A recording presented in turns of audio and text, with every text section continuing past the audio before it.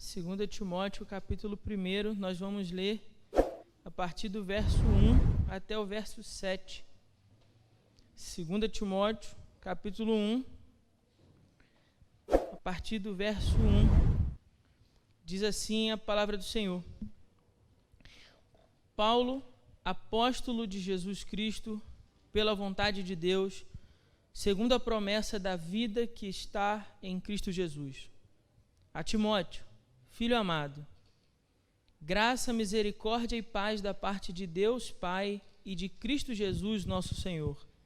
Dou graças a Deus, a quem sirvo com consciência limpa, assim como serviram meus antepassados, ao mencionar-te sempre em minhas súplicas, noite e dia. Recordo-me das tuas lágrimas e desejo muito te ver, para encher-me de alegria. Também recordo a fé sincera que há em ti, que primeiro habitou em tua avó Lóide e em tua mãe Eunice, e estou certo de que também habita em ti. Por essa razão, lembro-te de que despertes o dom de Deus que há em ti, mediante a imposição das minhas mãos. Porque Deus não nos deu um espírito de covardia, mas de poder, de amor e de moderação. Amém? Só até aqui, feche seus olhos. Pai querido, nós estamos diante da Tua palavra, Senhor. Pedimos que no nome de Jesus, Teu Espírito Santo se assenhore da nossa mente e do nosso coração e nos conduza, Senhor, a um mergulho profundo nessa Tua palavra. Pai querido, em nome de Jesus, santifica-nos, purifica-nos, ilumina-nos, Senhor, pela Tua palavra nessa manhã. Abençoa-nos, ó Deus, com uma porção da Tua palavra que nos encha de graça, que nos encha de amor, que nos encha de poder, Pai, que vem do Teu Santo Espírito, Deus. Em nome de Jesus, Senhor, perdoa os nossos pecados, as nossas falhas e fala conosco, Senhor, pois precisamos e desejamos Te ouvir, Senhor. Fala conosco. Nós oramos assim no nome santo de Jesus e para a Tua glória. Amém. Os irmãos podem se assentar, mas mantenha, por favor, sua Bíblia aberta para que você possa acompanhar comigo.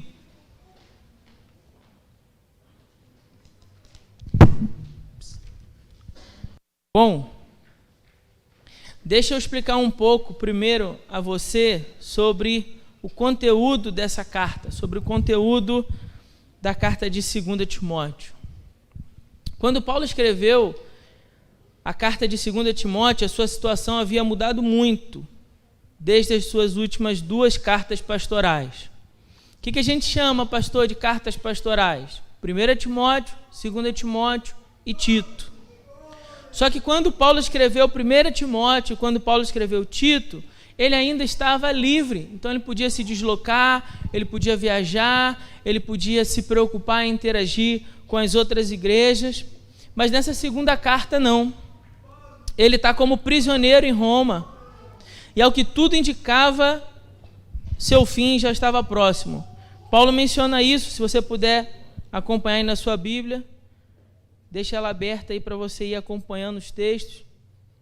Capítulo 4, verso 6, Paulo diz assim: quanto a mim, já estou sendo derramado como oferta de libação, e o tempo da minha partida já está próximo.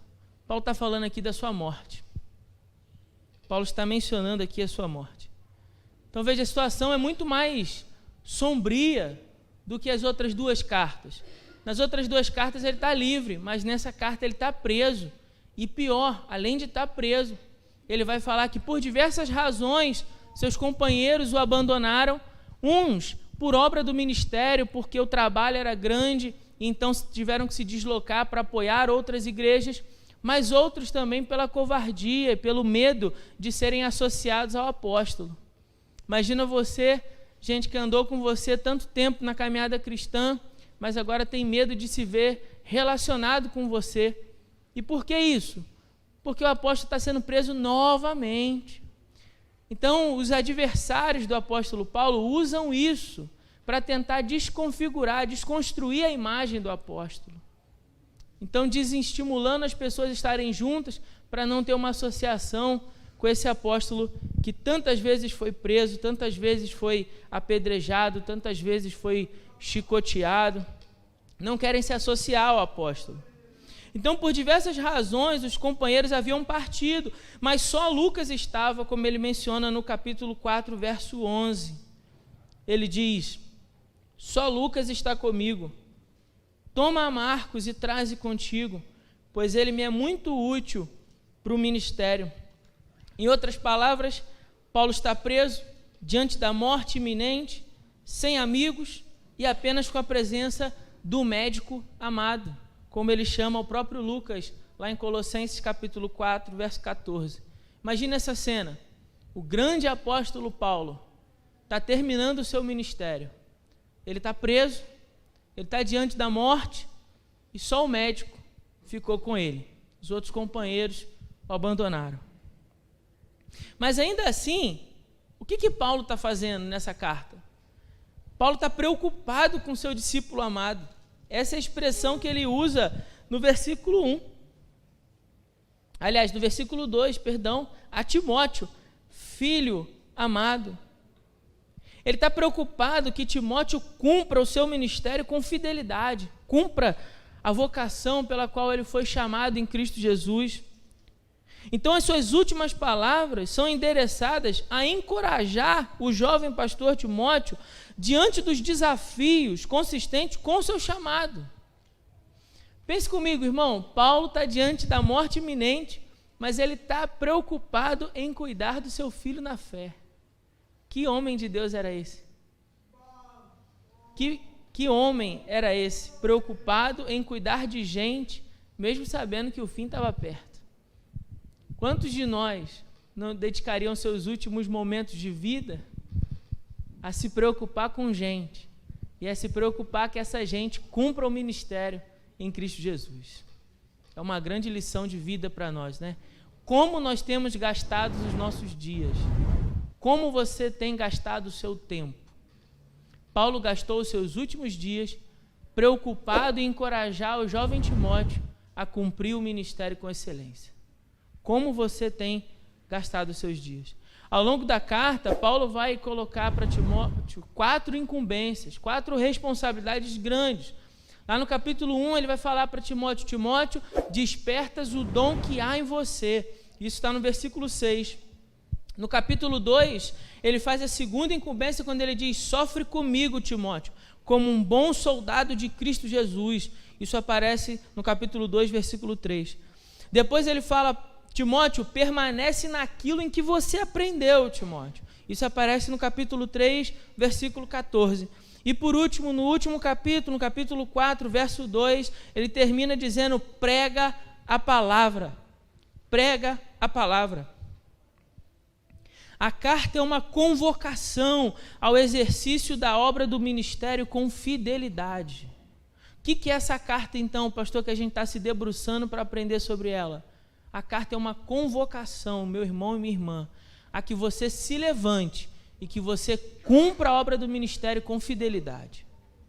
Eu queria que você entendesse tudo aquilo que a gente vai falar ao longo dessas exposições, não como algo de um pastor mais antigo, mais experiente, apenas para um jovem pastor, não, mas que você entendesse o conteúdo dessas mensagens como uma convocação de Deus, em Deus, a você, para que você cumpra a obra do ministério que o Senhor chamou você com fidelidade. Você, mas eu, pastor, eu não sou pastor.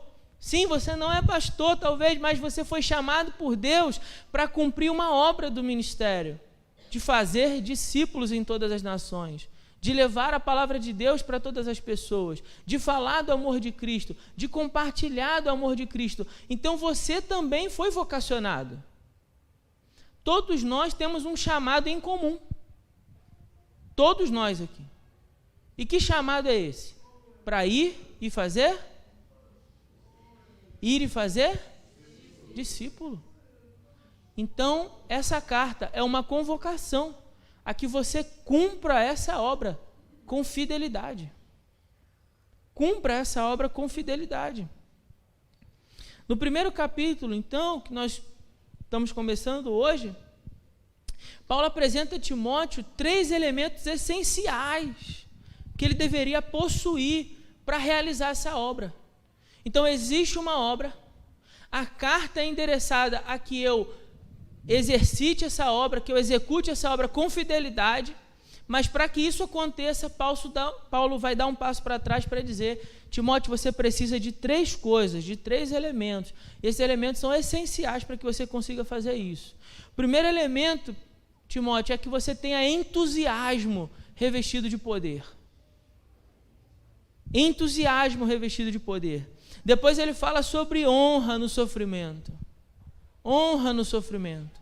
É quando a gente enfrenta o sofrimento pelo chamado do ministério, pelo chamado em Jesus, por ser um cristão sem perder a dignidade.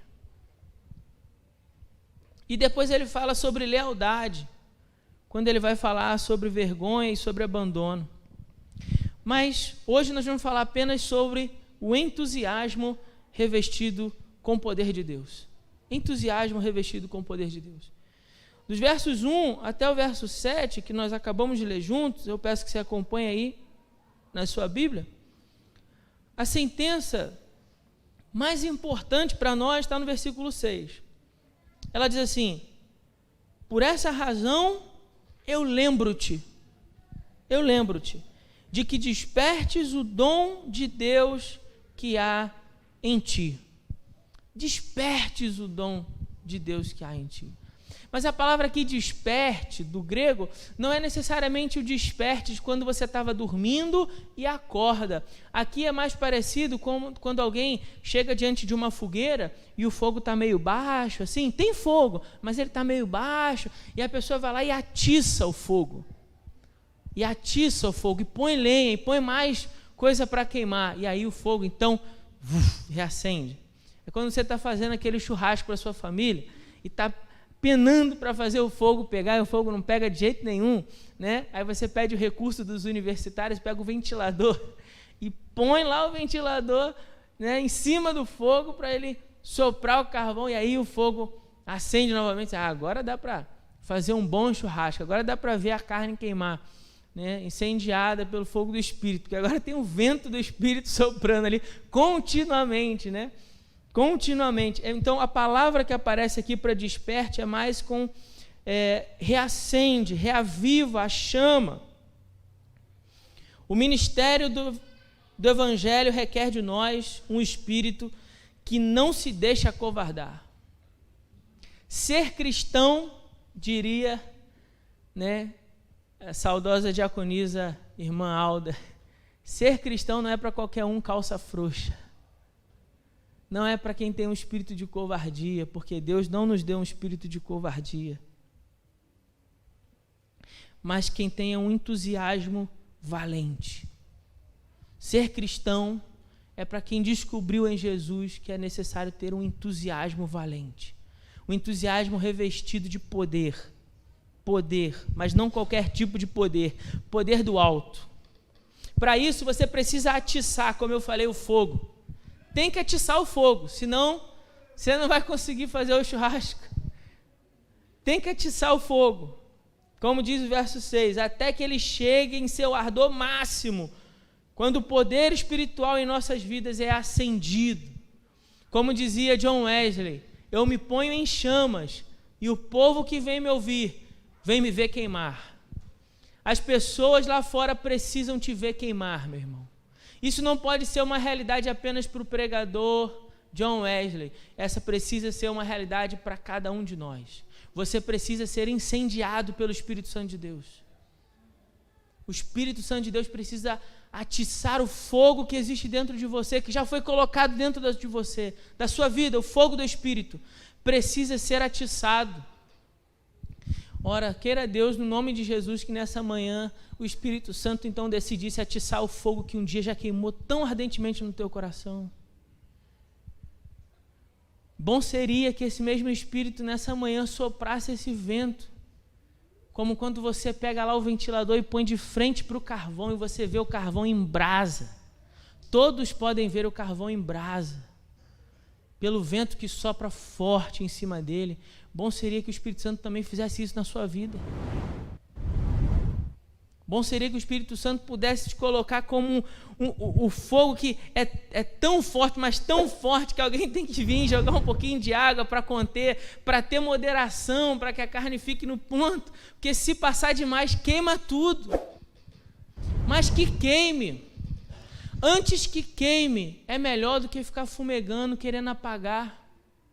Quantos de nós, irmãos, estão vivendo uma vida cristã como um carvão em brasa fumegando ali, baixinho?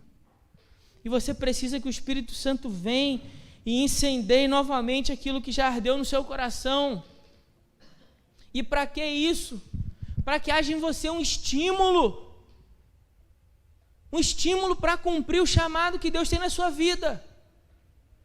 Um estímulo que te faça sair do lugar, sair da condição de salvo, seguro e satisfeito, como um pastor um dia falou isso numa reunião para nós, salvo, seguro e satisfeito.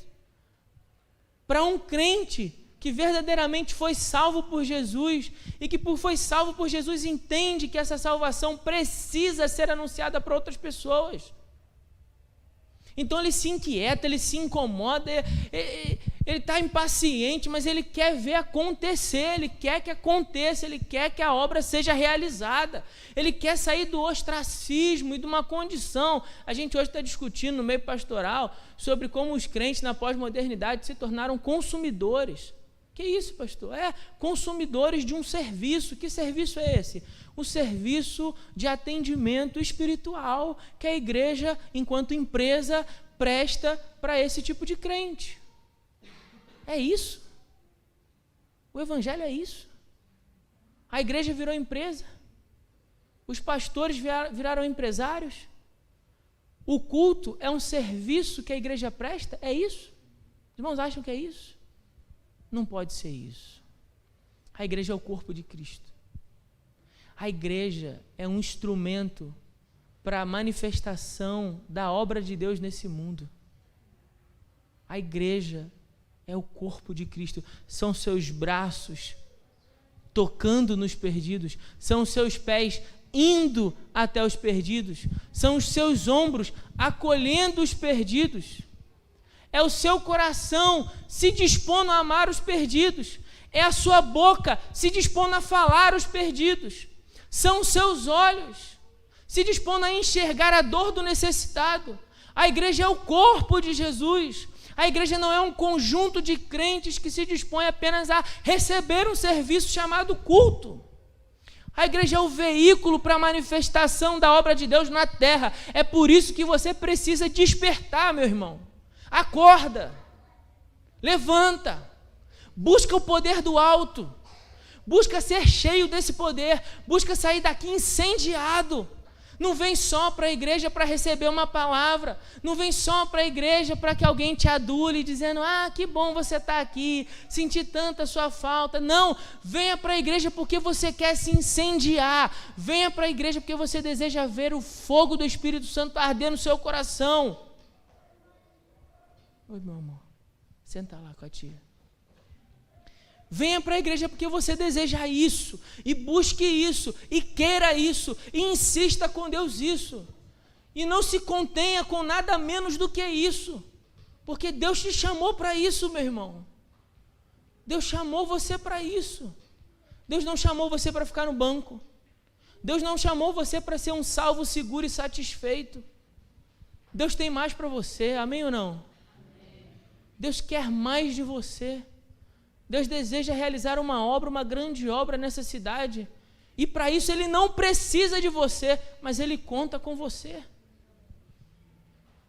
Ele quer poder usar as tuas mãos, Ele quer poder usar os teus pés, Ele quer poder usar os teus braços, Ele quer poder usar a tua boca, Ele quer poder usar os teus olhos. Era isso que Paulo estava dizendo a Timóteo. Timóteo, despertas o dom que há em ti, Timóteo. Não é tempo de se envergonhar, Timóteo. Não é tempo de ficar tímido diante dos desafios do ministério, Timóteo. Não é tempo de se acovardar no meio de um monte de gente que se corrompeu. A gente vai ver isso nessa carta. Não é tempo, Timóteo, de ensimesmar diante de tantas heresias que tem pelo mundo, Timóteo. Você precisa pregar a palavra. Você conhece a verdade, meu irmão? Sim ou não? Você foi salvo por essa verdade, sim ou não? Então você precisa anunciar essa verdade. Entende? Você precisa. Não é tempo. Não é tempo de se acovardar. Não é tempo de viver apenas preocupado consigo mesmo. Não é tempo. É tempo de pregar a palavra. É tempo de viver uma vida cheia do poder do alto. É tempo de buscar viver uma vida cheia do Espírito Santo de Deus. É tempo disso. Para isso, Paulo vai colocar para Timóteo 4 estímulos iniciais aqui que eu acho fantástico. Observe aí na sua Bíblia, versículo 2, quando ele fala assim: a Timóteo, filho amado, graça, misericórdia e paz da parte de Deus. Pode passar despercebido. Mas lá na primeira carta a Timóteo, quando Paulo escreve, ele fala sobre o verdadeiro filho na fé. Verdadeiro filho na fé, o verdadeiro discípulo na fé. O que mudou da carta 1 para a carta 2? Paulo ama mais Timóteo agora? Será que ele não amava tanto assim lá? Não, não é isso. Paulo está vendo que a sua morte está chegando e o coração dele está desejoso de mostrar para Timóteo o quanto ele ama. Sabe aquela pessoa que está partindo? E aí quer fazer questão que as suas últimas palavras sejam aquilo que ele realmente sente no coração? É isso que a gente está lendo. Está querendo mostrar o que eu realmente sinto por você, Timóteo. Sinto amor. Sinto você como se você fosse meu filho. Não é que Paulo amava menos quando escreveu a primeira carta, mas é que à medida em que se aproxima o seu fim, ele sente ainda mais o desejo de expressar o quanto Timóteo era querido. Por que eu disse que isso é um estímulo?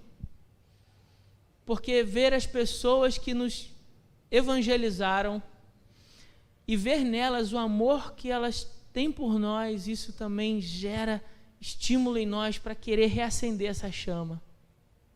Querer reacender o dom de Deus que existe em nós. O amor daqueles que nos discipularam, daqueles que nos ensinaram o caminho do Evangelho. O segundo estímulo que aparece é as orações do apóstolo. Lá no versículo 3 e 4, ele fala assim: eu dou graças a Deus a quem sirvo de consciência limpa, assim como serviram os meus antepassados, ao mencionar-te sempre nas minhas súplicas. Está dizendo assim: Timóteo, eu peço a Deus com insistência pela tua vida, Timóteo. Noite e dia eu peço a Deus pela tua vida. Recordo-me das tuas lágrimas e desejo muito te ver para me encher de alegria. Timóteo, eu quero muito te ver. Meu fim está chegando, mas eu gostaria que você viesse logo, porque eu quero te dar um abraço, porque te ver vai me encher de alegria. A gente acabou de falar que Paulo está preso, seus amigos o abandonaram, ele está sozinho, só tem o médico na prisão, ele sabe que vai morrer.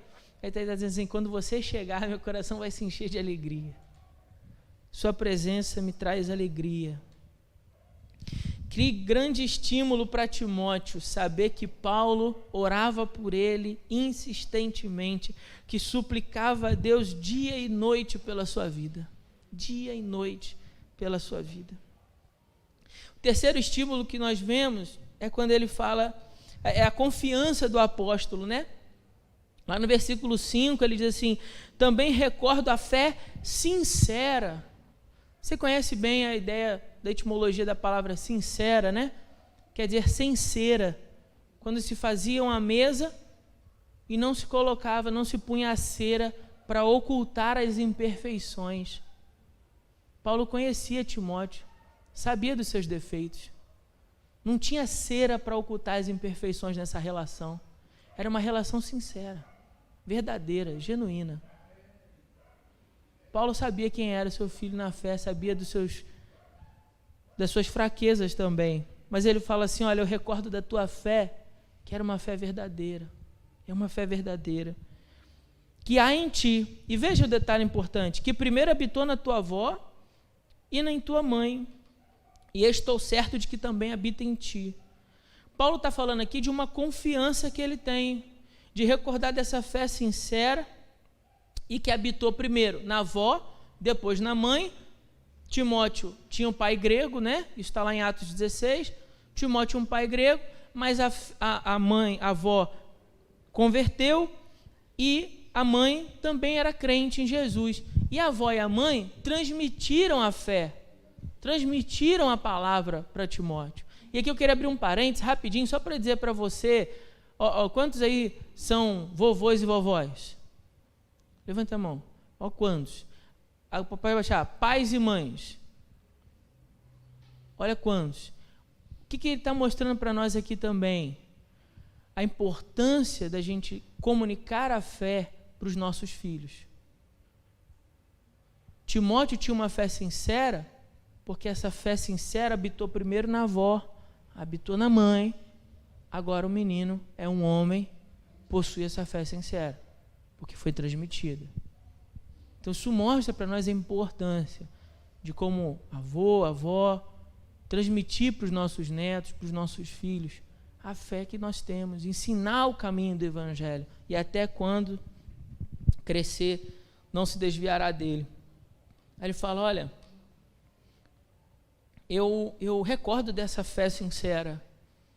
Então há uma confiança sendo retratada aqui, e isso estimula Timóteo também a reacender. E por último, ele fala sobre o dom concedido por Deus. Então veja, primeiro estímulo, o amor do apóstolo pelo seu discípulo. O segundo estímulo, as orações do apóstolo. Terceiro estímulo, a sua experiência de vida, aquilo que ele viveu com a sua avó e com a sua mãe, que o trouxeram até esse momento. Tudo isso colaborou para que a gente chegasse até aqui. E agora, além disso, o dom de Deus. O dom de Deus, diz o versículo 7 assim, porque Deus não nos deu um espírito de covardia, mas de poder, de amor e de moderação. A palavra covardia aqui representa principalmente timidez, fraqueza de ânimo. O Espírito Santo dá poder para testemunhar e servir. Primeira palavra que aparece aí, porque Deus não nos deu um espírito de timidez ou de fraqueza de ânimo. Deus não nos deu esse espírito, mas de quê? De poder. A palavra é dínamo, da onde vem a palavra dinamite. Dinamite. Vamos abrir um caminho por meio da rocha. Traga o dinamite. Mas a gente vai abrir esse caminho. Às vezes estamos diante, no exercício do ministério, de obstáculos tão grandes que parecem uma verdadeira montanha, mas é possível abrir caminho por meio das montanhas. Deus nos deu esse Espírito, com poder. Lá em Atos capítulo 1, versículo 8, ele fala assim, mas recebereis poder, e então vocês vão ser minhas testemunhas. Eu falei aqui com os irmãos na sexta-feira, a maior necessidade da igreja qual é, irmão? Poder do alto. A maior necessidade da igreja é poder do alto. Você pode pensar assim, pastor, precisamos realizar um trabalho na igreja e para esse trabalho vamos precisar de recursos. Fique muito tranquilo. Essa não será a nossa necessidade. A necessidade da obra de Deus nunca foi o dinheiro, porque o nosso Deus é Senhor do ouro e da prata. O nosso Deus é Senhor do ouro e da prata, então fique tranquilo, o dinheiro vai aparecer, vai surgir. Deus é Deus do ouro e da prata. Ah, pastor, então já sei, se não precisamos de dinheiro, precisamos de pessoas bem preparadas, treinadas, capacitadas, gente formada, gente educada, gente instruída. Bom, também não é isso não. Porque no início do Evangelho, Jesus chamou 12 homens bem simples. Alguns pescadores, que não tinham tido muito estudo. Mas esses homens cheios de poder incendiaram Jerusalém. Porque Deus não chama pessoas já capacitadas, mas Deus capacita aqueles que Ele escolheu. Então é o Espírito Santo de Deus que dá poder e capacita os crentes para a obra do ministério. Então a gente não precisa necessariamente de gente tão instruída assim. Do que a gente precisa então, igreja? Precisamos de poder. O grande teólogo Charles Finney certa vez disse, a maior necessidade da igreja é poder do alto. Não se engane, Nós não precisamos necessariamente de recursos, nem de mão de obra qualificada. O que nós realmente precisamos é de homens e mulheres que se disponham a buscar poder do alto, a que se recusem a ter uma vida de crentes tímidos, mas que se disponham a ser crentes incendiados pelo Espírito Santo de Deus. Gente que deseja o Senhor como o primeiro desejo do seu dia e vai dormir pensando em Deus, e vai trabalhar pensando em Deus, e vai fazer as coisas de casa, a comida e a louça pensando em Deus, e vai se deslocar para o seu trabalho e voltar pensando em Deus. Gente que deseja Deus, que queira Deus, incendiados, em chamas, porque é o Espírito Santo que vai convencer os perdidos. Você pode achar assim, eu não falo tão bem como fulano de tal, eu não tenho tanta eloquência como Ciclano e Beltrano, e você acha mesmo que é a retórica que vai convencer as pessoas? Você acha que é a sua capacidade de desenvolver um raciocínio que vai convencer as pessoas? Nunca. Nunca foi e nunca será. Jesus disse assim, olha, quando ele vier, o Espírito Santo, ele convencerá o homem do pecado, da justiça e do juízo. Não é a força do meu braço que vai convencer as pessoas. Não é a força do seu braço, a sua capacidade de discurso que vai convencer a sua família do pecado, da justiça e do juízo. Não é a sua capacidade de retórica que vai convencer o seu pai e a sua mãe do pecado, da justiça e do juízo. Não é a sua construção, o seu arcabouço teológico, irmão, que vai convencer o seu filho do pecado, da justiça e do juízo. É o poder do Espírito Santo.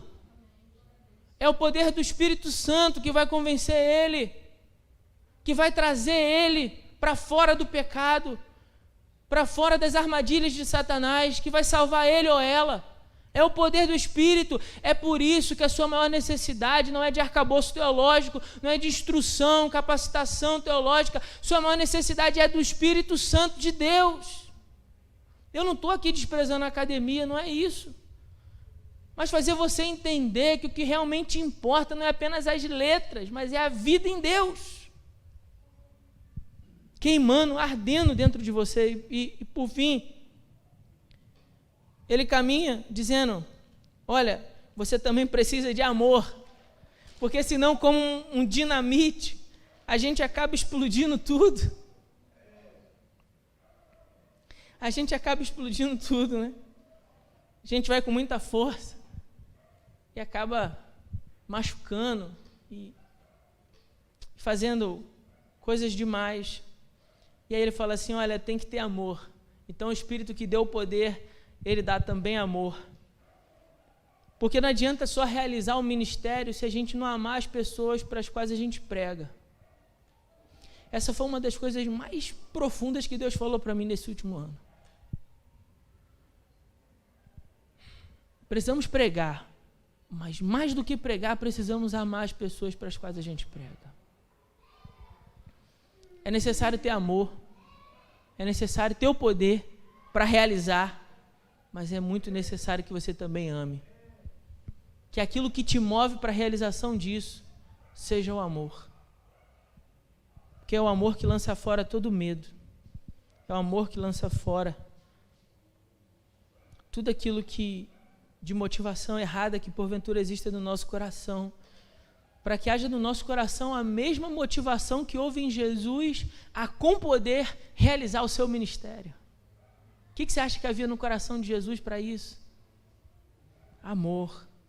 E aí, o intermediário dessa relação, ele diz moderação.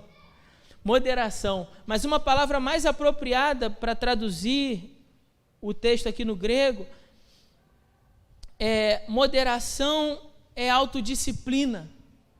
Autodisciplina, que descreve uma pessoa sensata e equilibrada, que tem a vida sob controle, e isso o Espírito Santo também gera em nós.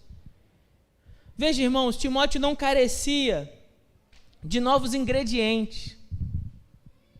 Timóteo não precisava de mais recursos. Timóteo não estava precisando de mais recursos. Timóteo estava precisando apenas reavivar aquilo que ele já possuía.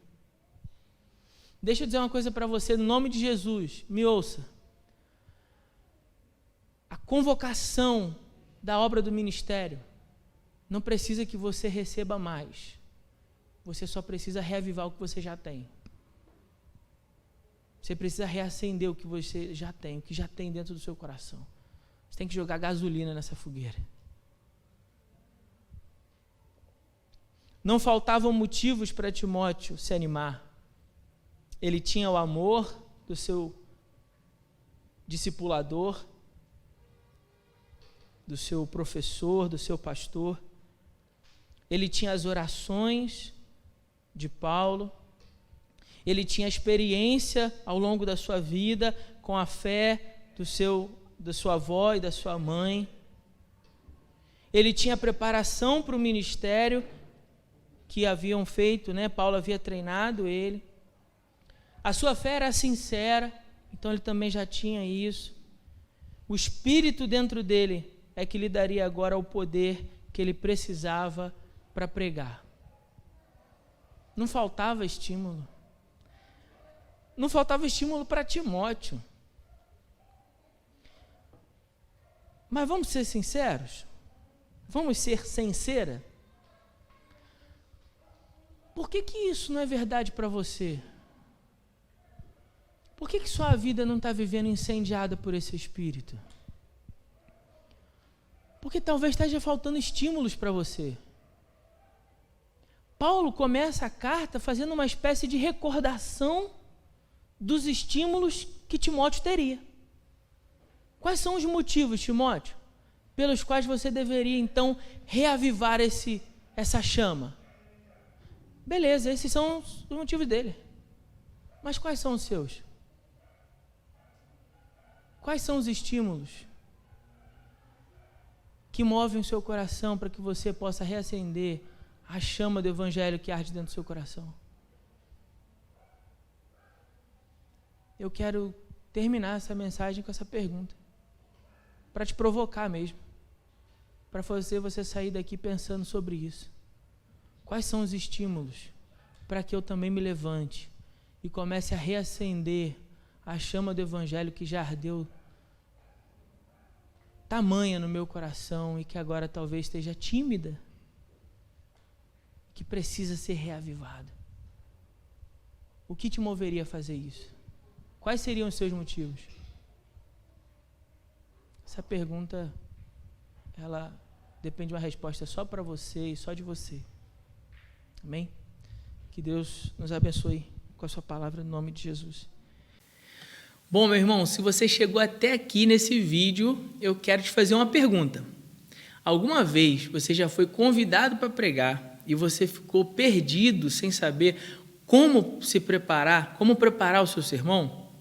Ou de repente você até escolheu o texto, você orou, né? E escolheu o texto, mas depois, quando você ficou diante do papel, você ficou travado, sem conseguir ali desenvolver e organizar as ideias para te ajudar no momento que você estivesse na frente da igreja para entregar o seu sermão.